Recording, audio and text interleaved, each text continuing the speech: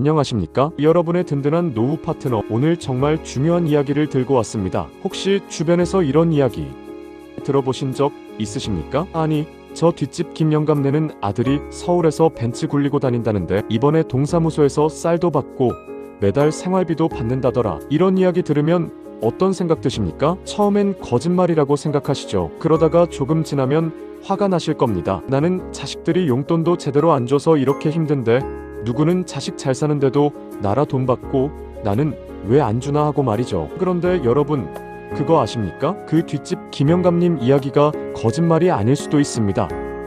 그리고 더 중요한 사실은 지금 이 방송을 듣고 계신 여러분도 바로 그 주인공이 되실 수 있다는 겁니다. 오늘 제가 드릴 말씀은 단순히 신청하세요 정도의 이야기가 아닙니다. 그동안 우리를 올가매고 자식들한테 미안해서 신청조차 못하게 만들었던 그 지긋지긋한 부양의무자라는 족쇄가 어떻게 풀렸는지, 그리고 구체적으로 아들이 얼마를 벌어야 내가 받을 수 있는 건지 아주 속 시원하게 다 풀어드리겠습니다. 오늘 이야기는 10분 정도 짧으니 꼭 보셔야 합니다. 바쁘신 분들은 잠시 하던 일 멈추시고 아니면 설거지 하시거나 산책하시면서 귀만 열어두세요. 오늘 이 30분이 여러분의 남은 30년 노후를 완전히 바꿀 수도 있습니다. 매달 60만원, 70만원이 통장에 들어오는데 이걸 몰라서 놓친다면 그것만큼 억울한 일이 어디 있겠습니까? 자, 그럼 시작해보겠습니다. 먼저 가슴 아픈 현실부터 짚어봐야겠습니다. 제가 상담을 하다 보면 정말 눈물 나는 사연들이 많습니다. 하루는 어떤 어르신이 찾아오셨어요. 겉보기엔 옷도 깔끔하게 입으시고 점잖으신 분인데 말씀을 들어보니 점심을 라면으로 때우신 지가 몇 달이 넘으셨답니다. 병원비가 무서워서 아파도 참으시고요. 그래서 제가 여쭤봤습니다. 어르신, 형편이 이렇게 어려우신데 왜 기초수급자 신청을 안 하셨어요? 그랬더니 그분이 뭐라고 하셨는지 아십니까? 한숨을 푹 쉬시면서 이러십니다. 아들놈한테 연락 갈까봐 못해. 이게 우리 부모님들 마음입니다. 젊어서 자식들 키우느라 등골 빠지게 일했고 가진 거 다 털어서 공부시키고 장가 보냈습니다. 그런데 이제 늙어서 돈 없다고 나라에 손 좀 벌리려고 하니까 나라에서는 자식한테 부양받으라면서 자식 소득을 따집니다. 자식한테 연락이 갑니다. 그러니 며느리 눈치 보이고 사위 볼 면목 없어서 차라리 내가 굶고 말지 하고 포기하시는 겁니다. 이게 말이 됩니까? 자식 농사 잘 지은 게 죄입니까? 그런데 여러분, 이제 세상이 천지개벽 수준으로 바뀌었습니다. 정부에서도 알게 된 겁니다. 자식이 있다고 해서 부모를 다 모시는 세상이 아니라는 걸요. 몇 년 전부터 아주 대대적인 개편을 단행했습니다. 바로 생계급여 부양의무자 기준 폐지입니다. 말이 좀 어렵죠? 쉽게 설명해 드리겠습니다. 이제부터는 여러분이 당장 먹고 사는 돈, 즉 현금을 주는 생계급여를 신청할 때는 아들이나 딸이 얼마를 버는지, 재산이 얼만지 원칙적으로 보지 않겠다는 뜻입니다. 이게 무슨 말이냐? 아들이 대기업을 다니든 딸이 강남 아파트에 살든 여러분, 본인의 재산과 소득만 없으면 나라에서 돈을 주겠다는 겁니다. 에이, 설마 진짜 그러겠어? 그래도 자식이 잘 사는데? 라고 의심되시죠? 네, 물론 나라 돈 받기가 그렇게 호락호락하지는 않습니다. 그래서 오늘 제가 기준을 딱 정해드리려고 하는 겁니다. 부양의무자 기준 폐지라고 했지만 딱 한 가지 예외가 남아 있습니다. 바로 자녀가 엄청난 부자일 때입니다. 그럼 도대체 얼마나 부자여야 탈락이냐? 이게 핵심입니다. 잘 들으세요. 자녀의 연봉이 1억 원을 넘거나 자녀 명의의 재산이 9억 원을 넘는 경우입니다. 여기서거나입니다. 둘 중 하나만 해당해도 탈락입니다. 그런데 반대로 생각해봅시다. 여러분 자녀분이 연봉이 1억이 넘습니까? 월급으로 치면 한 달에 세금 떼기 전으로 834만 원입니다. 요즘 경기가 얼마나 어렵습니까? 대기업 다니는 과장, 부장도 연봉 1억 넘기기 쉽지 않습니다. 또 재산 9억 원? 물론 서울 집값이 많이 올랐다고는 하지만 대출 낀 거 말고 순수하게 내 돈으로 9억 원 넘는 재산 가진 자녀, 대한민국의 몇 프로나 되겠습니까? 이 말인즉슨 여러분 자녀가 평범하게 직장 다니고 30평대 아파트에서 전세 살거나 대출 끼고 집 사서 살고 있다면 웬만하면 이 고소득 고자산가 기준에는 안 걸린다는 겁니다. 그러니까 아들이 벤츠를 타도 받을 수 있다는 말이 거짓말이 아닌 겁니다. 벤츠가 한 8천만 원 하지 않습니까? 그 차를 타고 다녀도 연봉이 1억이 안 되고 재산이 9억이 안 되면 부모님은 기초수급비를 받을 수 있는 겁니다. 어떠세요? 이제 좀 나도 해당되겠는데? 하는 생각이 드십니까? 그동안 우리는 너무 겁을 먹고 있었습니다. 우리 아들 공무원인데 안 되겠지? 우리 딸이 이번에 가게 차렸는데 안 되겠지? 아니요. 공무원이라도 말 다니면 연봉 1억 안 됩니다. 가게를 차렸어도 순수익이 연 1억이 안 되면 상관없습니다. 자, 그러면 이제 현실적인 걱정거리 하나를 해결해 드리겠습니다. 아마 이 방송 들으시면서도 마음 한구석에 찜찜한 게 있으실 겁니다. 그래, 기준이 완화된 건 알겠는데 내가 신청하면 며느리가 알게 되지 않을까? 공무원이 자식들한테 전화해서 어머님이 신청하셨으니 동의서 써오세요 이러면 어떡하나?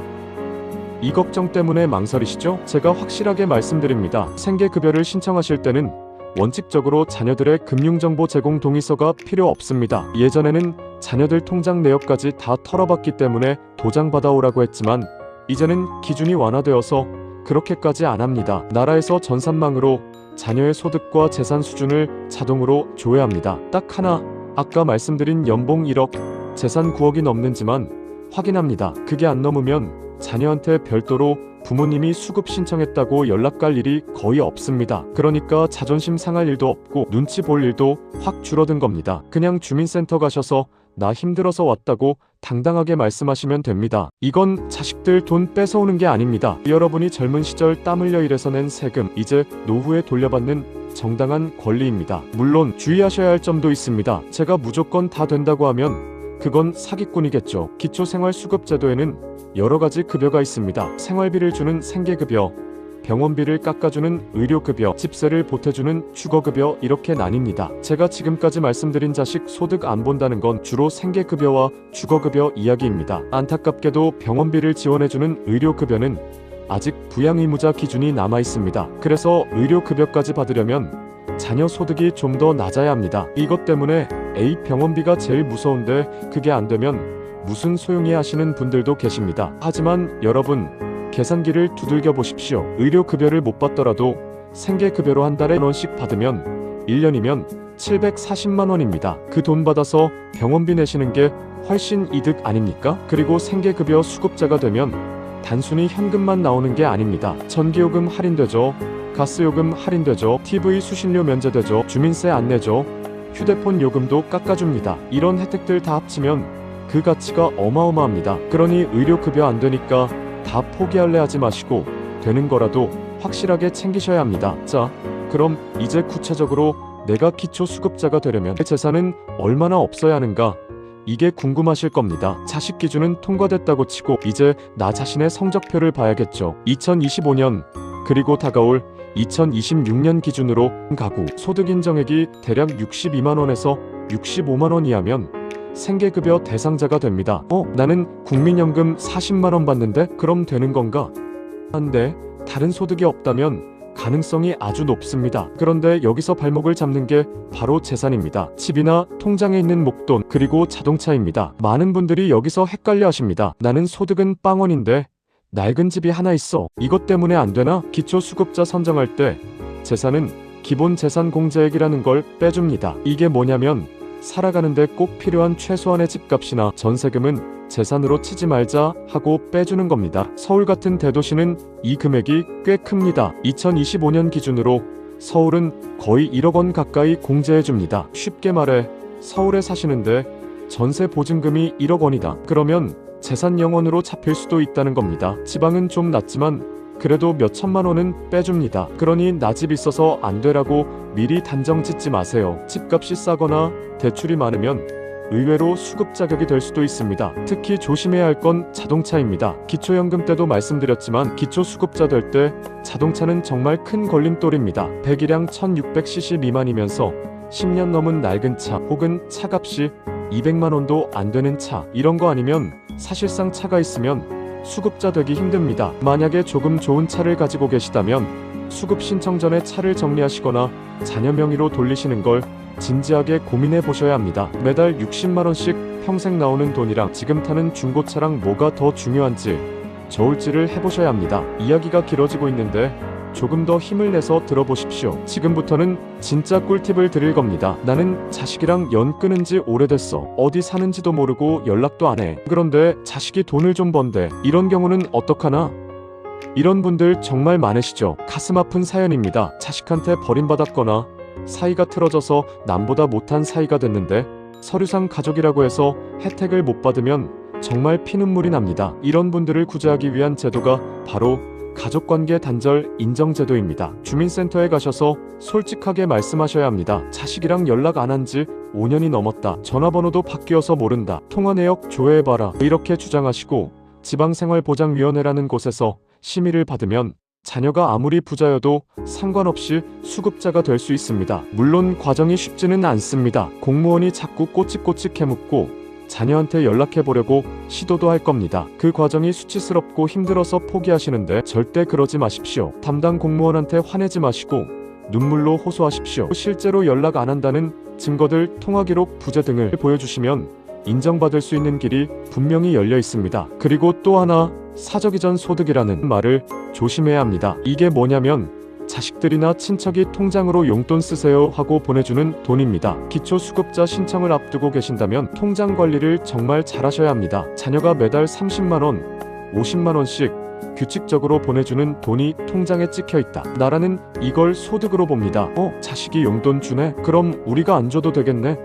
하고 깎아버리거나 탈락시킵니다. 정말 형편이 어려워서 나라 도움을 받아야겠다고 결심하셨다면 자녀분들에게도 사정을 이야기하고 당분간은 통장으로 용돈을 주고받는 걸 조심하셔야 합니다. 차라리 현물로 쌀을 사달라고 하거나 공과금을 대신 내달라고 하는 건 괜찮지만 어르신 통장에 현금이 꽂히는 건 정말 주의하셔야 합니다. 자, 이제 시간이 꽤 흘렀네요. 오늘 이야기를 정리해 보겠습니다. 첫째, 부양의무자 기준이 대폭 완화되어서 자녀가 연봉 1억, 재산 9억 넘는 초고소득자가 아니면 부모님은 생계급여를 받을 수 있다. 둘째, 신청할 때 자녀 동의서가 원칙적으로 필요 없으니 며느리 눈치 볼 필요 없다. 셋째, 집이 있어도 공제 금액이 있으니 무조건 포기하지 마세요. 넷째, 자녀와 연 끊긴 분들도 방법이 있으니 포기하지 마세요. 어르신 여러분, 제가 오늘 이렇게 목에 핏대를 세우고 말씀드리는 이유가 있습니다. 기초수급자라는 단어가 주는 그 낙인이 싫어서, 자존심 상해서,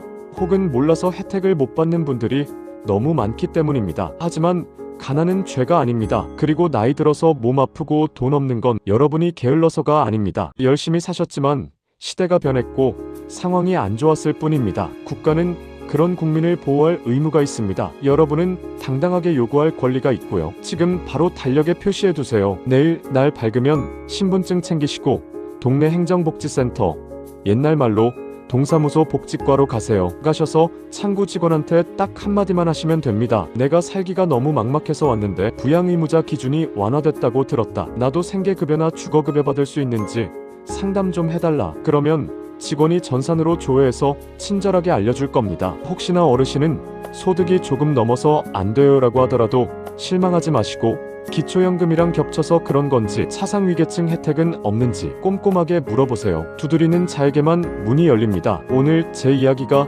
여러분의 무거운 어깨를 조금이라도 가볍게 해드렸으면 좋겠습니다. 자식 걱정, 돈 걱정 없는 세상에서 우리 어르신들이 웃으면서 사셨으면 좋겠습니다. 긴 시간 들어주셔서 정말 감사합니다. 이 영상이 도움이 되셨다면 주변 친구분들에게도 야, 자식 있어도 나라 돈 받을 수 있대 하고 많이 알려주세요. 좋은 정보는 나눌수록 복이 되어 돌아옵니다. 저는 다음 시간에도 여러분의 지갑을 지키고 혜택을 챙겨드리는 알찬 정보로 다시 찾아오겠습니다. 오늘 하루도 건강하시고 마음만은 누구보다 부자 되시길 바랍니다. 저는 실제 은퇴한 전직 공무원입니다. 여러분들께 정보를 제공해주기 위해 만들어진 AI 이미지입니다. 지금 드린 정보 또한 AI를 활용하여 만들어졌음을 밝힙니다. 무작정 믿지 말고 꼭 알아보셔야 해요. 감사합니다. 다음 편을 기대해주세요.